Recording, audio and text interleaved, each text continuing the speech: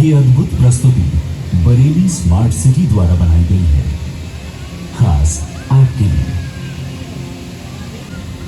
तो आइए, क्या आप तैयार हैं बरेली के विभिन्न रसों में डूब जाने के लिए?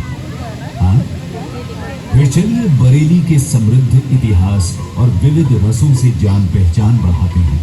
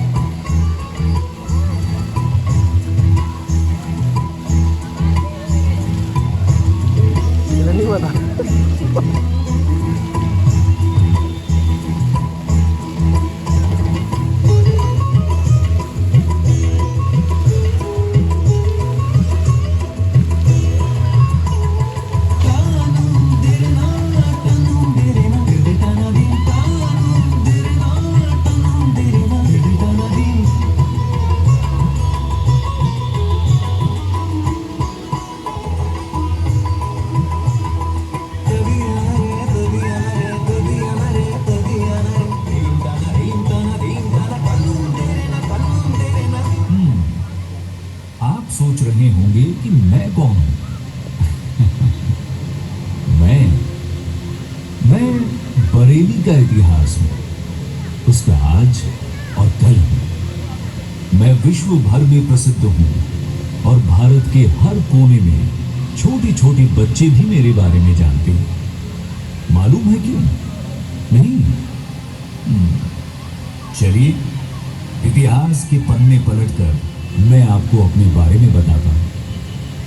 समय के कहर के खिलाफ यहां दृढ़ खड़ा है अहि क्षेत्र। महाभारत में इसे उत्तर पांचाल की प्राचीन राजधानी कहा गया है। आपने सही सोचा, यहीं पर द्रौपदी का जन्म हुआ था। अग्नि की लपटों ने इस महाकाव्य नायिका को प्रकट किया, जिसकी कहानियां आज भी सुनाई जाती हैं। पंच पांडवों की रानी बनने वाली इस राजकन्या की झलक देखकर सब चकित हो जाते थे। अद्भुत था उनका व्यक्तित्व। अहि क्षेत्र के अवशेष आज मेरे आमला तहसील के एक गांव रामनगर में स्थित है। यहां पाए गए मिट्टी के बर्तन सुंदरता में सबसे आगे हैं। चलिए महाकाव्य के पन्नों से आगे बढ़ते हैं। 12वीं शताब्दी तक मेरे चारों ओर घने जंगल थे, जिनमें भयंकर जानवर घूमते थे। कोई भी व्यक्ति मेरे पास आने से डरता था। लेकिन मुगल साम्राज्य ने उत्तर भारत में अपने पंख फैलाना शुरू कर दिया था और समृद्ध वन्य जीवन के कारण मेरे जंगल दिल्ली सुल्तानों का पसंदीदा शिकार का स्थान बन गए।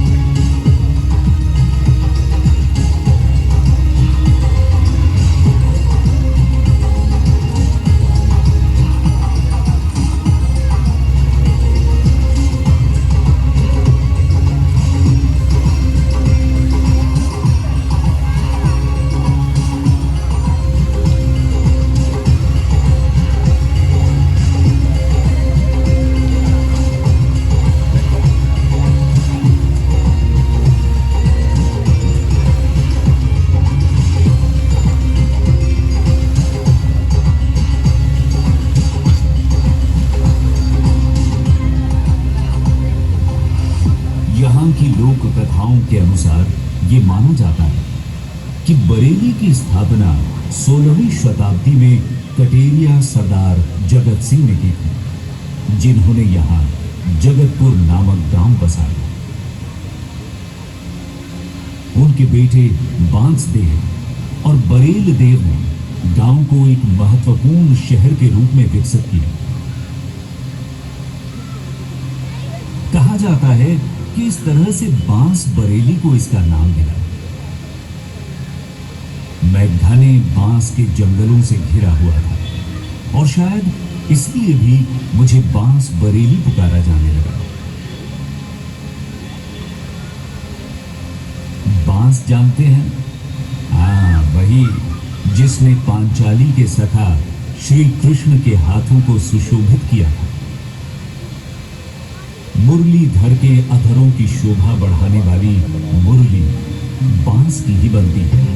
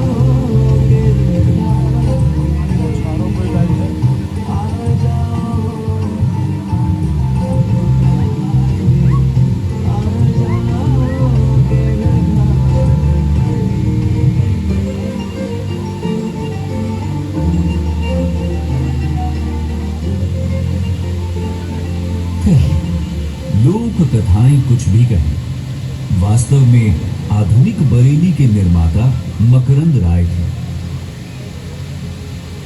सम्राट औरंगजेब की मृत्यु के साथ ही दिल्ली सल्तनत की सत्ता खत्म हो रही थी। अली मोहम्मद खान के राज में मैं रोहिलखंड या रोहिलों की भूमि बन गया। लेकिन नफरत और सत्ता के संघर्ष ने कई लड़ाइयों को जन्म दिया।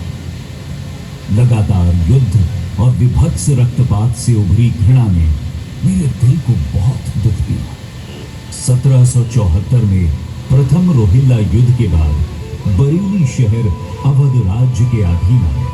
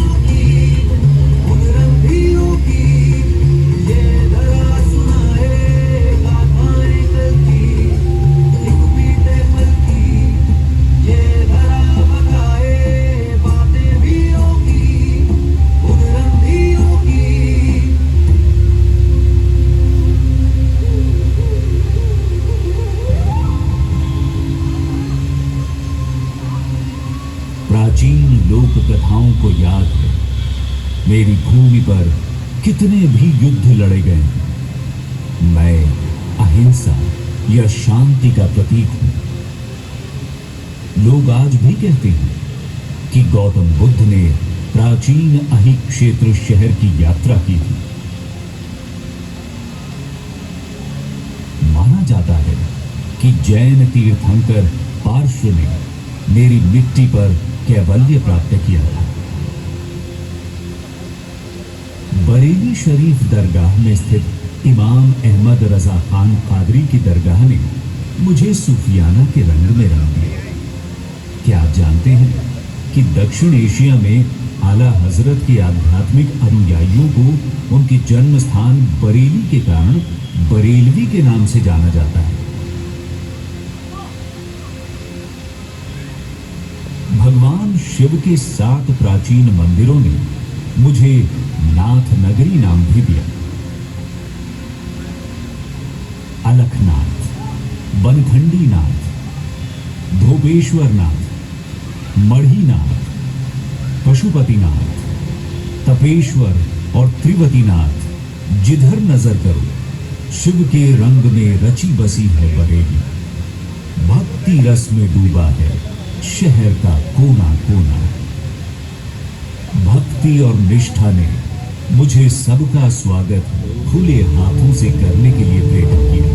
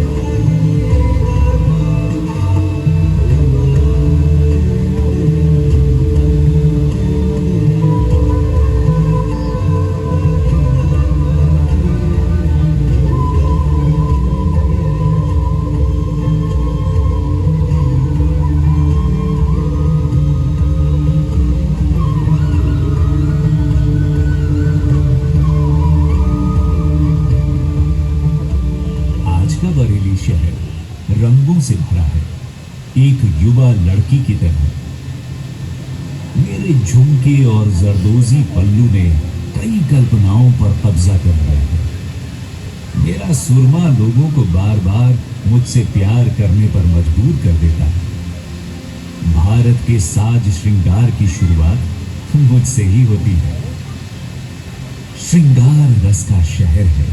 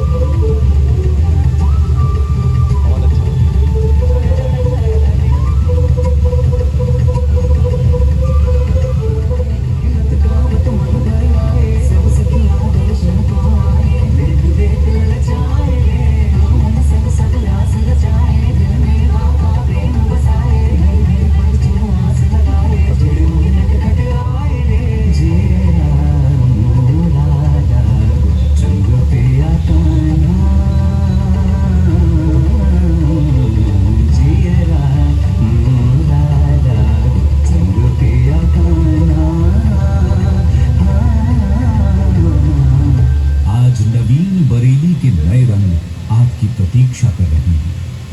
स्मार्ट सिटी बरेली शहर प्रगति और विकास की नई राह पर अग्रसर है। तो अब किस बात का इंतजार? मुझसे मिलने आइएगा जरूर।